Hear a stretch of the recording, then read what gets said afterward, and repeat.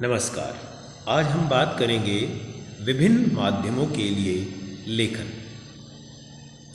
जनसमाज द्वारा प्रयोग में लाए जाने वाले जनसंचार के अनेक माध्यम हैं, जैसे मुद्रित अर्थात प्रिंट, रेडियो, टेलीविज़न एवं इंटरनेट। अब प्रिंट जो माध्यम है यह पढ़ने के लिए कार्य करता है, यह हमारे काम में आता है। रेडियो सुनने के लिए, टीवी देखने और सुनने के लिए, और इंटरनेट जो है वह पढ़ने, सुनने और देखने के लिए प्रयुक्त होता है।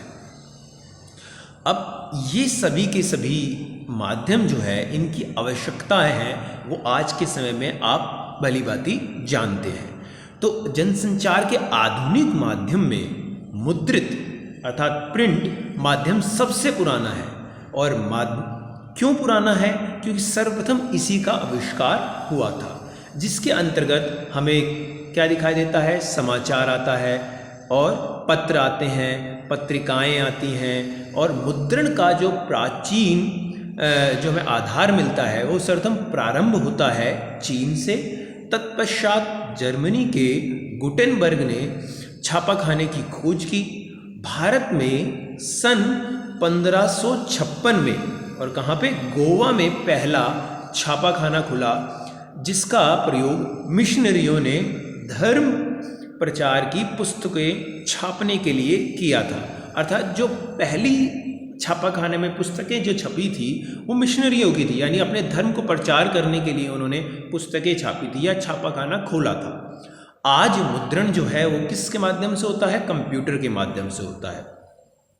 तो देखें किस तरीके से तकनीक बदली है कि हमारा छापाखाना से कंप्यूटर तक का दौर ये आप देख सकते हैं।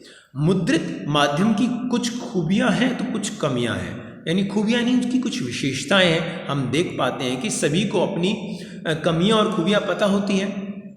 अब इसमें क्या है कि प्रिंट माध्यम जो है यानी मुद्रित माध्यम है, वह लिखे हुए शब्द जो होते हैं वो स्थायी होते हैं, तो उसको हम कभी भी पढ़ सकते हैं, समझ सकते हैं, यानी हमारे पास समय होता है उसको पढ़ने के लिए। इन लिखे हुए शब्दों को हम एक बार ही नहीं, समझ ना आने पर कई बार पढ़ सकते हैं, और इन पर चिंतन मनन करके संतुष्टि भी हो सकती है, क्योंकि इसमें समय का कोई अभाव नहीं होता। और जटिल शब्द आने पर शब्दकोश का प्रयोग कर सकते हैं, क्योंकि इसमें ये समय सीमा नहीं है कि इस समय में ही यह पढ़ना है। तो हमारे पास समय होता है, और हम जटिल शब्द जब आते हैं तो शब्दकोश का प्रयोग कर सकते हैं। इसके अतिरिक्त किसी भी खबर को अपनी रुचि के अनुसार पहले व बाद में पढ़ सकते हैं। चाहे तो किसी भी सामग्री को लंबे समय तक सुरक्षित रख सकते हैं। तो आपने क्या पढ़ा इसमें? मुद्रित माध्यम की कुछ खूबियां यानी विशेषताएं मैंने आपको अभी बताई है। अब इसकी कुछ खामियां भी हैं, अर्थात कमियां भी हैं। जैसे अब ये निरक्षरों के लिए अनुपयोगी है, यानी जो अशिक्षित है, यानी जो पढ़ा लिखा नहीं व्यक्ति है, तो वो प्रिंट माध्यम यानी कैसे पढ़ेगा यानी पत्रिकाओं को, अखबार को। और टीवी अथवा रेडियो की भांति मुद्रित माध्यम यानी प्रिंट जो माध्यम है वो तुरंत घटी घटनाओं की जानकारी नहीं दे पाता। यानी कि आज अभी कोई घटना घट जाए तो उसकी सूचना यानी प्रिंट, उसका जो प्रिंट लिखने या अखबार जो आएगा वो कल आएगा। तो इसमें समय का एक गैप बन जाता है। तो आप देखेंगे कि ये तुरंत जानकारी नहीं पहुंचाता। तो समाचार पत्र निश्चित अवधि अर्थात 24 घंटे में एक बार, या साप्ताहिक जो अगर पत्रिकाएं होंगी वो सप्ताह में एक बार, मासिक होगी तो वो मास में एक बार, और इसी तरीके से त्रैमासिक भी आती हैं पत्रिकाएं, तो वो 3 महीने में एक बार आती है, प्रकाशित होती है। किसी भी खबर रिपोर्ट के प्रकाशन के लिए एक डेडलाइन यानी निश्चित समय होता है। स्पेस यानी स्थान सीमा भी होती है। महत्व जगह की उपलब्धता के अनुसार ही किसी भी खबर को स्थान दिया जाता है कि कौन सी खबर महत्वपूर्ण है तो उसको प्रथम पृष्ठ पे दिया जाएगा, कोई उससे कम इम्पोर्टेंट है या महत्वपूर्ण है उसको अगले पेज पर। इसी तरीके से क्रम दोहराया जाता है। और महत्व एवं जगह की उपलब्धता के अनुसार ही किसी भी खबर को स्थान दिया जाता है। मुद्रित माध्यम में अशुद्धि होने पर सुधार हेतु अगले अंक की प्रतीक्षा करनी पड़ती है। वो क्यों? क्योंकि हम तुरंत उसका निराकरण नहीं कर सकते, क्योंकि अगर आज के समय में कोई पत्र पत्रिकाएं आप आ जाती हैं तो उसके लिए उसके अगले संस्करण के लिए आपको इंतज़ार करना पड़ेगा। जब वो अगला अखबार छपेगा या पत्रिका छपेगी तभी आपको उसका सुधार अंक ला सकते हैं, आप तुरंत नहीं ला सकते। जैसे इंटरनेट के माध्यम से आप तुरंत कह दें या टीवी के माध्यम से आपने कोई अशुद्धि या कोई गलत खबर चलाई और तुरंत आपने उसके सुधार के लिए कुछ चला दिया, तो आप तुरंत अशुद्धि होने पर या कुछ होने पर उसको तुरंत शुद्ध नहीं कर सकते, उसमें एक समय सीमा लगती है। और मुद्रित माध्यम में लेखन के लिए भाषा, व्याकरण, शैली, वर्तनी, समय सीमा, आवंटित स्थान, अशुद्धि शोधन, तारतम्यता विशेष ध्यान दिया जाता है। क्योंकि अगर हम गलत लिखेंगे या भाषा में कोई अशुद्धियाँ होंगी या व्याकरण या शैली की हमारी अशुद्धियाँ होंगी तो वो तुरंत पकड़ी जाएंगी। तो ये क्योंकि वो समय सीमा की बाध्यता नहीं होती, तो इसमें हमें विशेष तौर पर अपनी भाषा पर, लेखनी पर और शैली पर ध्यान देना पड़ता है। अब अगले माध्यम में बात करते हैं हम रेडियो पे। तो रेडियो जनसंचार का श्रव्य माध्यम है। श्रव्य का अर्थात होता है सुनने वाला माध्यम, जिसमें ध्वनि, शब्द और स्वर ही प्रमुख हैं, क्योंकि हमें सुनाई देता है। और रेडियो मूलतः एक रेखीय यानी लीनियर माध्यम है, यानी एक तरफ का माध्यम है, ये एक तरह से चलता चला जाता है। आप इसको फ्लैशबैक नहीं कर सकते, यानी पलट के नहीं देख सकते, तो ये चलता चला जाता है। तो रेडियो समाचार की संरचना समाचार पत्रों तथा टीवी की तरह उल्टा पिरामिड शैली पर आधारित होती है। अभी मैं आपको बताऊंगा कि उल्टा पिरामिड शैली कौन सी होती है या ये किस तरीके से कार्य करती है। यहाँ ये त्रुटिवश लिख दिया गया है, ये पिरामिड होता है, पिरामिड। तो उल्टा पिरामिड शैली कौन सी होती है और वो किस तरीके से कार्य करती है, जिसमें हम अखबार की तरह पीछे लौटकर सुनने की हमें सुविधा नहीं होती। मैंने कहा ना कि आप जिस तरीके से प्रिंट माध्यम में आप दोबारा से पढ़ लेते हैं उस खबर को, कि हम ऊपर से पढ़ लेते हैं, ये समझ में नहीं आया हमारे, या अब मैं दोबारा से पढ़ना चाहता हूँ, लेकिन ऐसा रेडियो में नहीं होता, टीवी में नहीं होता। एक बार अगर मूवी आगे निकल गई तो वो निकल ही चली जाती है। या आप इंटरनेट में देखेंगे कि आप पलट कर भी देख सकते हैं कि आपने ये पढ़ा, दोबारा उसे पॉज करके दोबारा स्टार्ट कर दिया। तो ये सुविधा हमें ना तो टीवी में मिलती है ना ही हमें रेडियो में मिलती है। ये सुविधा हम इंटरनेट पे देख सकते हैं या हम प्रिंट माध्यम में देख सकते हैं। तो लगभग 90% समाचार या स्टोरी इसी शैली पे लिखी जाती है। कौन सी शैली? उल्टा पिरामिड शैली पे लिखी जाती है। अब देखते हैं उल्टा पिरामिड शैली होती क्या है। तो उल्टा पिरामिड शैली में समाचार पत्र के सबसे महत्वपूर्ण तथ्य को सर्वप्रथम लिखा जाता है, तो और उसके बाद घटते हुए महत्व क्रम में दूसरे तथ्यों या सूचनाओं को बताया जाता है। यानी जो सबसे महत्वपूर्ण बात है वो सबसे पहले आ जाएगी, तो उससे जो कम महत्वपूर्ण है उसके जो बाद में आएगी, यानी जिसको बॉडी का पार्ट कहते हैं, जिसको घटते हुए क्रम में उसका ब्यौरा दिया जाता है। और जो तीसरा है समापन में, जो अधिक महत्वपूर्ण ना होने पर अथवा स्पेस ना होने पर इसे काटकर छोटा भी गाया सकता है, तो समापन उससे कम महत्वपूर्ण हो जाता है। तो इस तरीके से देखेंगे कि हम यह कार्य करता है, यह फिल्म और कहानी की तरह नहीं होता, क्योंकि फिल्म और कहानी में इसमें क्या अंतर आ जाता है, क्योंकि फिल्म और कहानी जो हमें है वो अंत में क्लाइमैक्स देते हैं, यानी अंत में मज़ा बना के रखते हैं और अंत में कुछ रोचक हो जाए। तो ऐसी चीज़ों की सूचना फिल्म और कहानी में हमें अंत में मिलती है। लेकिन समाचार में उल्टा पिरामिड शैली में यह हमें उल्टा दिखाई देता है, तभी इसका नाम क्या है? उल्टा पिरामिड शैली। तो इसमें उल्टा पिरामिड शैली में हम देखते हैं कि सर्वप्रथम जो सबसे इंपॉर्टेंट है, सबसे महत्वपूर्ण सूचना है, वो ऊपर ही दे दी जाती है बॉडी पार्ट में, जिसको हम इंट्रो कहते हैं, समाचार का मुख्य भाग कहते हैं। और बॉडी में हम देखते हैं कि घटते हुए क्रम में खबर का विस्तृत ब्यौरा होता है और समापन में हम उससे कम महत्वपूर्ण चीज़ों को समाहित किया जाता है। तो ये इस प्रकार बन जाता है। तो आप देखेंगे कि उल्टा पिरामिड शैली, ये पिरामिड बनाया हुआ है, इसमें इंट्रो यानी महत्वपूर्ण बात, उससे कम महत्वपूर्ण बॉडी में और समापन अंत में। तो इस तरीके से ये बन जाती है हमारी उल्टा पिरामिड शैली का एक चित्र बन जाता है, जिस और इस चित्र के माध्यम से भी हम समझ सकते हैं कि क्या यानी इंट्रो क्यों महत्वपूर्ण होता है, क्योंकि किसी भी खबर को अगर हम पढ़ना चाहेंगे तो उसमें महत्वपूर्ण चीज़ जो है हमारे पास पहले आनी चाहिए। अगर हम उस खबर को क्लाइमेक्स तक का वेट करेंगे या इंतज़ार करेंगे तो ये मनोरंजन का माध्यम नहीं है, ये सूचना है या ये खबर है। तो इस खबर को सबसे पहले अगर कोई व्यक्ति क्यों पढ़ेगा, तो महत्वपूर्ण चीज़ पहले पढ़ेगा, फिर उसके बाद उसकी डिटेल के बारे में, विस्तृत ब्यौरे के बारे में जाएगा आगे। तो आगे हम पढ़ते हैं समाचार लेखन यानी उल्टा पिरामिड शैली का उदाहरण देखते हैं कि असल में उल्टा पिरामिड शैली होती क्या, इसका एक उदाहरण के माध्यम से समझते हैं। तो इसमें दो उदाहरण है हमारे पास। तो एक छोटा उदाहरण ले लेते हैं हम कि यौन उत्पीड़न से निपटने को शिक्षा विभाग तैयार। तो यौन उत्पीड़न, तो एक खबर है कि यौन उत्पीड़न से निपटने को शिक्षा विभाग तैयार। तो एक हेडलाइन दे दी गई है।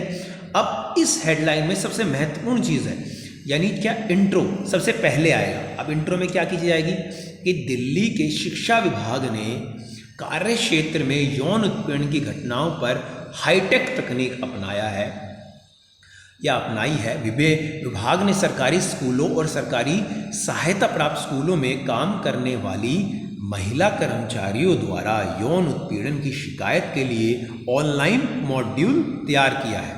इसके जरिए महिलाएं शिकायत दर्ज कर सकेंगी। तो आपने देखा कि इंट्रो में महत्वपूर्ण चीज़ें आ गई कि शिक्षा विभाग ने क्या शुरू किया है कि एक ऑनलाइन प्लेटफॉर्म बना दिया है कि यौन उत्पीड़न की समस्याएं जो आजकल बढ़ गई हैं तो उसका समाधान के लिए ये किया गया है। और तो आप बॉडी में देखेंगे, अब बॉडी में इससे थोड़ी कम महत्वपूर्ण चीज़ें आएंगी कि शिक्षा निदेशालय ने सर्कुलर में कहा है कि अब सर्कुलर की बातें आ गई। क्या कहा है कि कार्यक्षेत्र में यौन उत्पीड़न कानून 2013 के तहत, यानी आप देखेंगे कि कानून का जिक्र है, यानी मैंने कहा था कि बॉडी में विस्तृत यानी ब्यौरा की जानकारी है, ऊपर में मुख्य बात कर दी है इसमें, और अब इसकी जानकारी आगे दे रहे हैं कि तहत स्कूलों में हर स्तर पर आंतरिक शिकायत समिति गठित की जा चुकी है। निदेशालय ने कहा है कि अब विभाग की ओर से शिकायतों के लिए ICC का ऑनलाइन मॉड्यूल तैयार किया गया है और निदेशालय ने इसकी शुरुआत कर दी है। तो आप देखेंगे विस्तृत ब्यौरा दे दिया। अब देखो समापन में क्या होता है, समापन में क्या कहते हैं, अब www.edudel.nic.in पर जाकर शिकायतकर्ता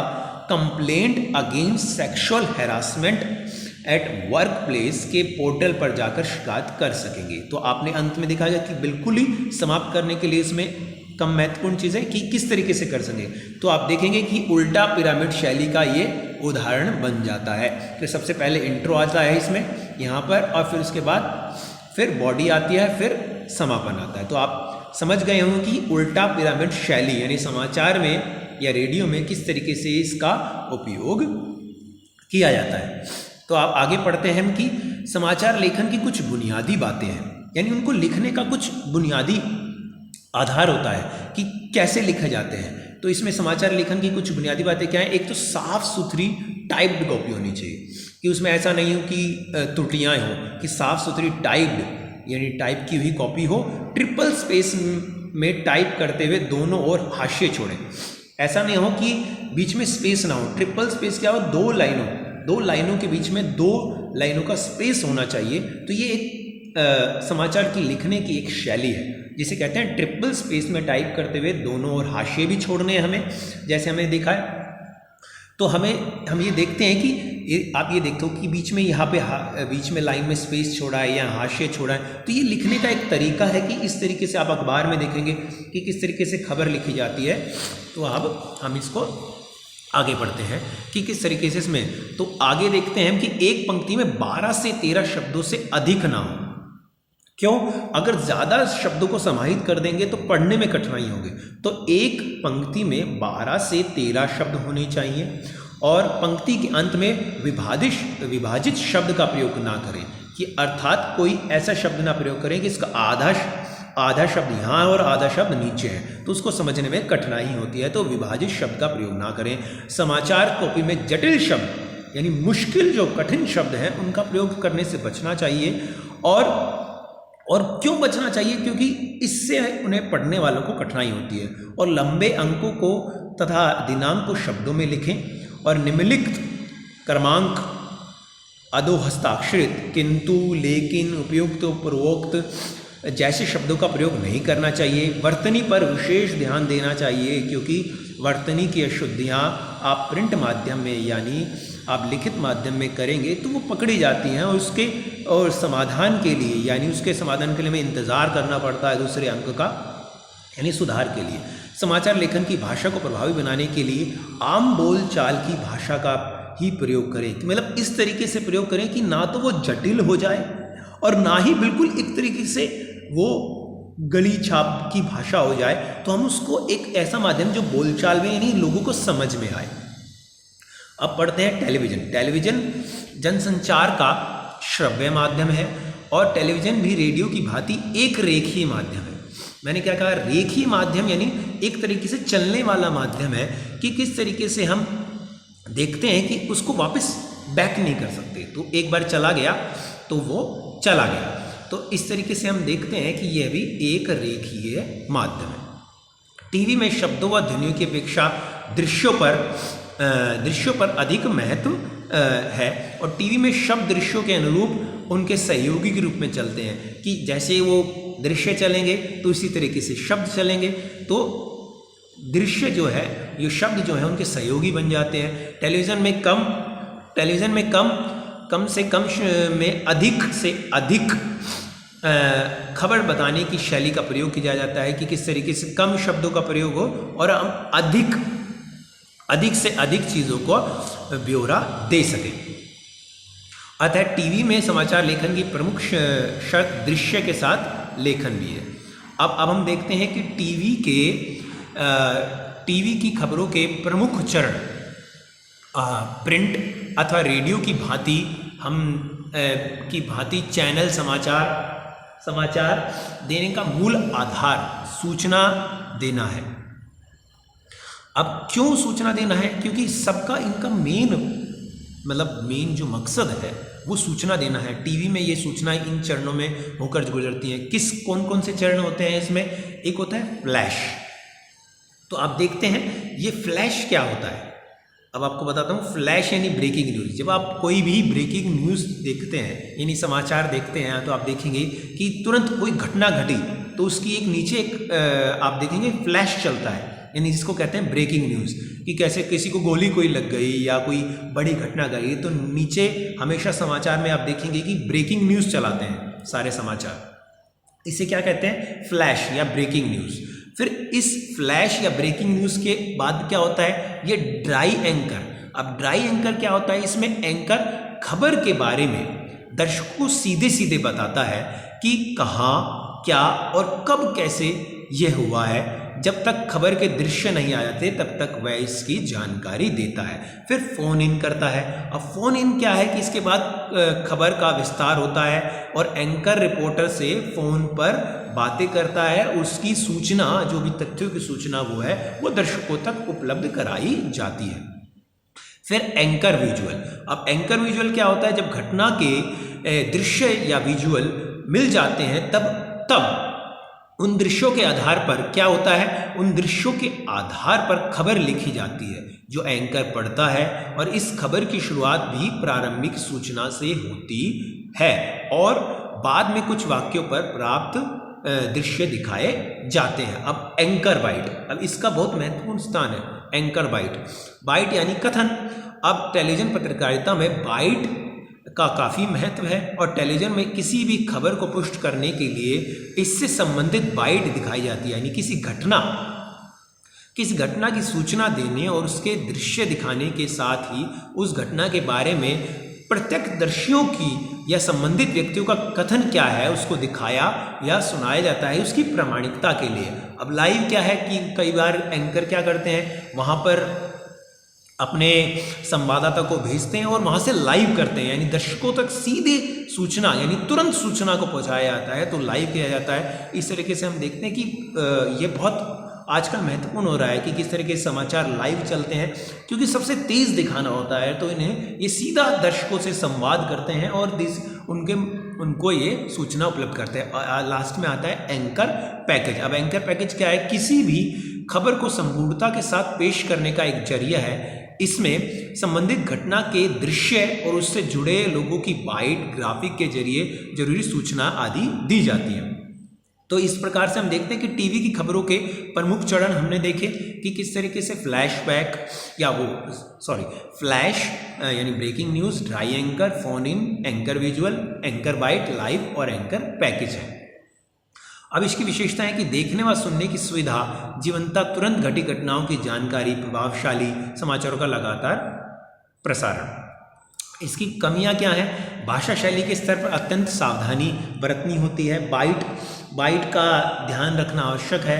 कार्यक्रम का सीधा प्रसारण कभी कभी सामाजिक उत्तेजना को जन्म दे सकता है। सामाजिक उत्तेजना को जन्म देना यानी उसको भड़का सकता है कि आप कोई ऐसी सूचना दे दें जिससे कि जो देने लायक ना हो, जो वो सारी की सारी की जनता भड़क भी सकती है उन सूचनाओं से कि। और इस लाइव का कभी कभी हमें लाइव का नुकसान भी होता है कि किस तरीके से हानि हो जाती है कि आप या कहीं पर कोई बॉम्ब अटैक हो रहा है तो हम उसकी जब टीवी रिपोर्टर उसकी लाइव सूचना देते हैं तो किस तरीके से देखते हैं तो हम कि वो सूचना हम तक नहीं पहुंच रही, दर्शकों तक, उसके साथ साथ वह उन आतंकवादियों तक ही पहुंचती है या उन तत्वों तक ही पहुंचती है जो इन घटना को कर रहे हैं, तो इससे सचेत हो जाते हैं। तो ये कभी कभी ये हानि भी पहुंचाते हैं और अपरिपक्व बुद्धि पर सीधा प्रभाव पड़ता है कि भी किस तरीके से कोई लोग मैच्योर नहीं या परिपक्व रह गए हैं तो उनकी बुद्धि पर सीधा प्रभाव पड़ता है। रेडियो और टेलीविज़न समाचार की भाषा के स्तर पर वह गरिमा को बनाए रखते हुए सरल भाषा का प्रयोग करें ताकि सभी वर्ग स्तर के लोग समझ सकें और वाक्य छोटे छोटे सरल हों, वाक्यों में तारतम्यता हो, जटिल शब्दों, समासिक शब्दों में मुहावरों के अनावश्यक प्रयोग से बचें और जटिल और उच्चारण में कठिन शब्द, संक्षिप्तताएं, अंक आदि नहीं लिखने चाहिए जिन्हें पढ़ने में जबान जो है हमारी जो है जीभ जो है लड़खड़ा जाए। तो इस तरीके का प्रयोग नहीं करना चाहिए। अब अंत में आते हैं इंटरनेट पे। अब इंटरनेट में देखते हैं कि इंटरनेट क्या है। इंटरनेट बहुत महत्वपूर्ण है और आप सभी समझते हैं इंटरनेट की महत्ता को। तो इंटरनेट की दीवानी नई पीढ़ी को अब समाचार पत्र पर छपे समाचार पढ़ने में आनंद नहीं आता, उन्हें स्वयं को घंटे 2 घंटे में अपडेट रखने की आदत सी बन गई है। वो टीवी चलाकर नहीं देखते बल्कि वो अपने फ़ोन के माध्यम से इंटरनेट का प्रयोग करते हैं या कंप्यूटर के माध्यम से, लैपटॉप के माध्यम से। तो अनेक माध्यम है इंटरनेट के प्रयोग करने के, तो तुरंत घंटे 2 घंटे में अपने आप को अपडेट करते रहते हैं। तो ये नई पीढ़ी के लिए इंटरनेट जो है बहुत ही वरदान साबित होता है। इंटरनेट पत्रिकाएं, ऑनलाइन पत्रिकाएं आती हैं हमारी, तो साइबर पत्रिकाएं आती हैं, तो इसमें कह सकते हैं ये सारी चीज़ों का उपयोग होता है। तो इंटरनेट द्वारा जहां हम सूचना, मनोरंजन, ज्ञान तथा निजी व सार्वजनिक संवादों का आदान प्रदान कर सकते हैं, वहीं हम चीज़ों को आगे पेश भी कर सकते हैं। अब देखते हैं हम कि किस तरीके से इंटरनेट पत्रिका, ऑनलाइन पत्रिका, साइबर पत्रकारिता या वेब पत्रकारिता, इसे कुछ भी कह सकते हैं कि हम ऑनलाइन के माध्यम से ही सारी पत्रिकाएं पढ़ लेते हैं। ऑनलाइन ई मैगज़ीन कितनी आती हैं या ई पत्रिकाएं कितनी आती हैं, इंटरनेट की पत्रिकाएं हम तुरंत इन्हें पढ़ लेते हैं इंटरनेट के माध्यम से। इंटरनेट द्वारा जहां हम सूचना, मनोरंजन, ज्ञान, निजी व सार्वजनिक संवादों का आदान प्रदान कर सकते हैं, वहीं इसे अश्लीलता, दुष्प्रचार व गंदगी फैलाने का माध्यम भी बनाया जा रहा है। तो हम इसे देखते हैं कि इंटरनेट का माध्यम बहुत बड़ा है, बहुत व्यापक है, तो इसे समझने की भी ज़रूरत है क्योंकि व्यक्ति जो है इसमें गलत चीज़ों का प्रभाव भी पड़ जाता है, यानी अश्लीलता, दुष्प्रचार का माध्यम, गंदगी फैलाने का माध्यम। तो इस चीज़ों से हमें बचना चाहिए और हमें अपने आप को थोड़ा संतुलन में करना चाहिए क्योंकि ये समंदर की तरह है इंटरनेट, और इसमें से हमें सही चीज़ों का ज्ञान होना बहुत आवश्यक है, वरना यह हमें अभिशाप भी साबित हो सकता है। तो इंटरनेट का क्या है? इंटरनेट का प्रयोग समाचारों के संप्रेषण, संकलन, सत्यापन एवं पुष्टिकरण में भी किया जाता है कि हम उसके सत्यापन को देख लेते हैं कि इंटरनेट पे तुरंत देखते हैं कि हाँ ये ऐसा हुआ है, या हम लाइव अपडेट देख लेते हैं कि हाँ ऐसा, इसकी पुष्टि कर लेते हैं। टेली प्रिंटर के ज़माने में जहाँ 1 मिनट में केवल 80 शब्द एक स्थान से दूसरे स्थान पर भेजे जा सकते थे, वहीं आज 1 सेकंड में लगभग 70,000 शब्द भेजे जा सकते हैं। तो ये कितनी बड़ी बात है कि इंटरनेट की ये चीज़ें कहें लाभ ही है हमें। इंटरनेट पर समाचार पत्र का प्रकाशन अथवा खबरों का आदान प्रदान ही वास्तव में इंटरनेट पत्रकारिता है। इंटरनेट पर यदि हम किसी भी रूप में समाचारों, लेखों, चर्चा परिचर्चाओं, बहसों, फीचर, झलकियों के माध्यम से अपने समय की धड़कनों को अनुभव कर दर्ज करने का कार्य कर सकते हैं। तो वहीं इंटरनेट पत्रकारिता है। इसी पत्रकारिता को वेब पत्रकारिता भी कहा जाता है कि किस तरीके से वेब पत्रकारिता होती है। इस समय विश्व स्तर पर इंटरनेट पत्रकारिता का तीसरा दौर चल रहा है, जबकि भारत में दूसरा दौर चल रहा है।